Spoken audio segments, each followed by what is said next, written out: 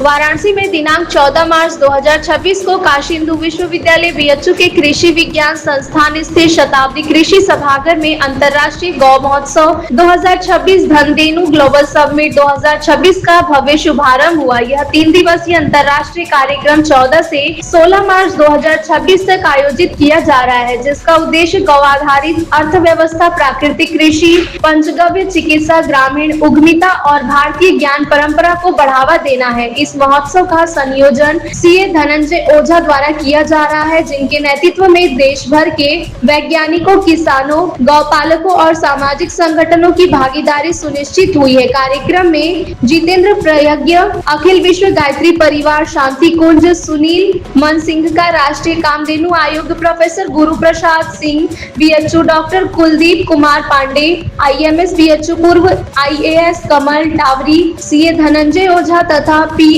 द्विवेदी सहित कई विशेषज्ञों ने गौ आधारित कृषि, देशी गौवंश संरक्षण, पंचगव्य चिकित्सा और ग्रामीण उद्यमिता जैसे विषयों पर अपने विचार साझा किए। महोत्सव के दूसरे दिन 15 मार्च 2026 को प्राकृतिक खेती के प्रणेता पद्मश्री सुभाष पालेकर का विशेष संबोधन होगा, जिसमें वे शून्य बजट प्राकृतिक खेती, ZBNF और गौ आधारित कृषि मॉडल पर मार्गदर्शन देंगे। वाराणसी से धनेश्वर साहनी की रिपोर्ट।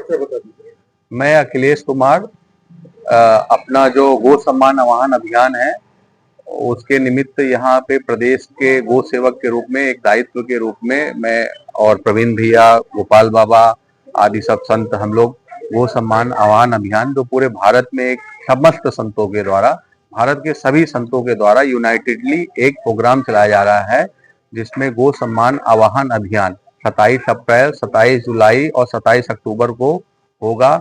भारत के 5400 तहसीलों में लोग हजारों की संख्या में अपने अपने तहसील से जाएंगे और तहसीलदार को, वहां पे जो अधिकारीगण होंगे उनको प्रधानमंत्री जी के नाम, देश के राष्ट्रपति जी के नाम, देश के मुख्यमंत्री जी के नाम एक विनय पत्रिका या निवेदन पत्र देंगे, जिसमें गाय की सेवा, गाय की सुरक्षा और गाय का सम्मान हो, इसको लेकर के सरकार कोई तत्काल ठोस योजना बनाए, ऐसा हम सब निवेदन करेंगे। इसमें कोई हो हल्ला नहीं, कोई उग्र प्रदर्शन नहीं, कोई आंदोलन नहीं, कोई सरकार की निंदा स्तुति नहीं, विशुद्ध भाव रहित होकर के संकीर्तन करते हुए हम सब पूरे 5400 तहसीलों में एक निवेदन देंगे कि गाय की सेवा, सुरक्षा और सम्मान हो। गौ आधारित कृषि और अर्थव्यवस्था को बढ़ावा देने के लिए किन किन उपायों की आवश्यकता है? इसमें लगभग 35 से 36 बिंदुओं की चर्चा है कि गाय को कोई एक मतलब अच्छा पद दिया जाए, गो जैसे राष्ट्र आराध्या या राष्ट्र माता या ऐसा कोई एक पद दिया जाए, क्योंकि गाय हमारे वेदों में, शास्त्रों में, पुराणों में गाय को गावा सर्वभूता नाम, गावो विश्वस्य मातरः, गाय सबकी माता है, ऐसा संज्ञा दिया गया। तो उस संज्ञा को चरितार्थ करने के लिए वर्तमान सरकार से भी अच्छा अपेक्षा है कि पशु कैटेगरी से गाय को निकाल करके उसको एक राष्ट्र आराध्या या राष्ट्र देवी के रूप में उसको प्रतिष्ठित करे।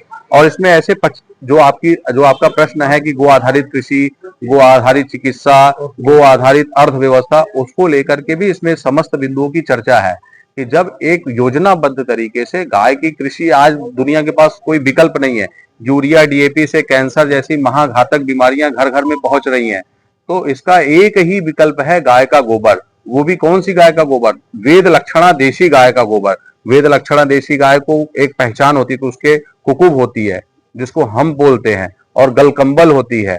यहाँ पे स्थानीय नस्लों के रूप में हम लोग जानते हैं, पहले गंगा तिरी नस्ल की गाय होती थी, सफेद सफेद डिल वाली गाय, वो सब प्राय लुप्त होती जा रही है और जर्सी अधिक दूध उत्पादन के चक्कर में फैलती जा रही है। लेकिन उसके दूध में भी रिसर्च में पाया गया है A1 प्रोटीन होता है जो बहुत घातक प्रोटीन है, उसके कारण autism, schizophrenia, type 1 diabetes, ulcer, cancer ऐसी घातक बीमारियां हो रही हैं। तो उस दूध को अवॉइड करने का एक ही उपाय है कि हम लोग देशी गाय का दूध ले। देशी गाय के दूध में कैरोटीन है, A2 प्रोटीन है, जो अच्छा प्रोटीन है, जो हमारे शरीर के लिए बहुत अच्छा है। इस दुनिया में कैरोटीन बहुत कम चीजों में पाया जाता है, उसमें देशी गाय के दूध में कैरोटीन पाया जाता है, पीला तत्व होता है, उससे ब्लड ब्रेन बैरियर बनता है। तो बच्चों के मस्तिष्क का विकास, आहार शुद्धौ सत्य शुद्धि सत्य शुद्धौ ध्रुव स्मृति, ये कैसे होगा चरितार्थ? जब देशी गाय होगी, जब देशी गाय का दूध होगा। तो हम सबको प्रयास करके वेद लक्षणा देशी गाय का संरक्षण करना पड़ेगा, उसका संवर्धन करना पड़ेगा, जन अभियान चला करके लोगों को जागरूक करना होगा, सरकार को इसमें इन्वॉल्व होना पड़ेगा, सरकार के स्तर पे कोई ठोस निर्णय लेना पड़ेगा। इस प्रकार से हम गाय की रक्षा करेंगे। अभी अब ये शंकराचार्य अभी उत्तराखंड गाय को लेकर राष्ट्रमाता घोषित करने के लिए लगातार वो कूच कर रहे हैं, अभी वो लखनऊ में भी है। आप इसको किस प्रकार से देखते हैं? देखिए, ये अभियान बिल्कुल अलग है, इसमें भारत के सभी संत हैं, इसमें किसी प्रकार का किसी सरकार का निंदा स्तुति नहीं है, किसी प्रकार से कोई आंदोलन नहीं है, कोई उग्र प्रदर्शन नहीं है। ये एक विनय पत्रिका है, क्योंकि सरकारों संतों ने ये तय किया। वृंदावन में विशाल गोष्ठी हुई, भारत के सभी प्रबुद्ध संत उसमें रहे, जिसमें प्रमुख रूप से मलुक पीठाधीश्वर श्री राजेंद्र दास जी महाराज जी, जो अभी राम जन्मभूमि न्यास के कोषाध्यक्ष हैं श्री गोविंद देवगिरी जी महाराज जी, पथमेड़ा महाराज जी, गुरु शरणानंद जी महाराज जी, आदि जो भारत के बड़े संत हैं, जिसमें प्रमुख रूप से पूज्य गोपालानंद जी महाराज जी और पूज्य गोपेश बाबा जी महाराज जी, जिनको संतों ने अपने प्रतिनिधि के रूप में समाज में प्रचार प्रसार के लिए भेजा। उनसे एक विचार विमर्श करके एक योजना बनाई।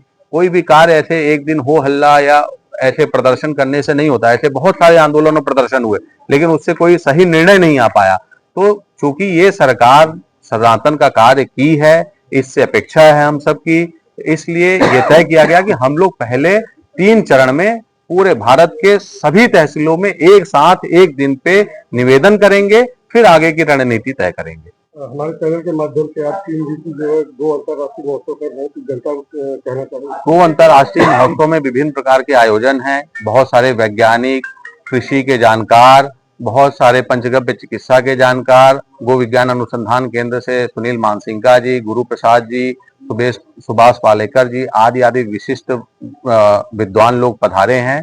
वो लोग 3 दिन के अंदर अपने विषय को रखेंगे, समाज में किस प्रकार से गो आधारित कृषि, चिकित्सा और अर्थव्यवस्था लागू हो, उसका पूरा प्रकाशन करेंगे।